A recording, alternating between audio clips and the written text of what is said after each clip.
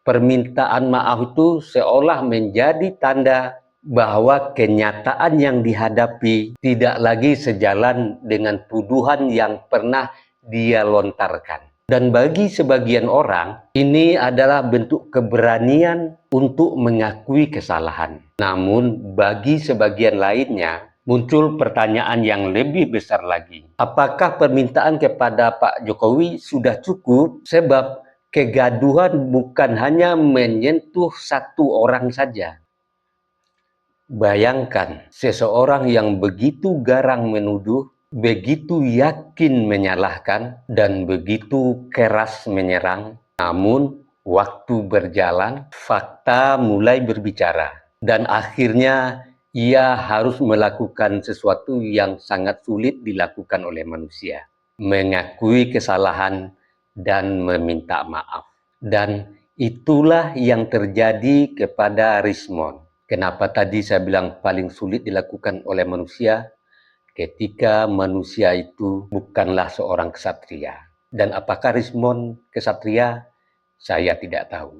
Cuma yang jelas, sebelumnya dia keras menyerang Pak Jokowi. Apa sebenarnya yang terjadi dan kenapa permintaan maaf itu memunculkan pertanyaan?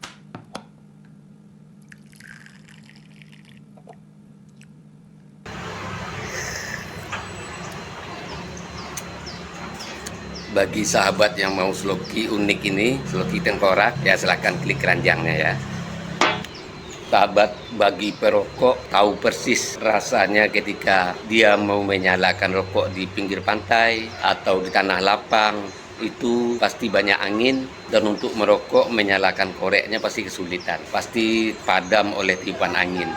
Tapi semuanya tidak akan terjadi lagi jika korek kita ini kapasitas gasnya besar. Jika sahabat ingin korek seperti ini, cek di keranjang produk.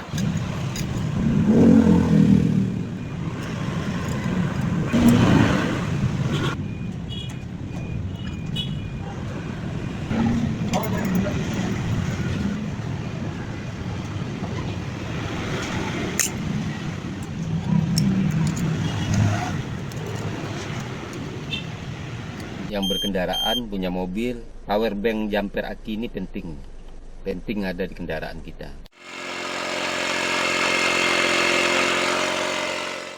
Nah sahabat, ini juga penting di mobil ini buat handsfree kita. Jadi ketika kita menyetir ada telepon masuk, kita nggak perlu pegang handphone, ya langsung jawab di sini.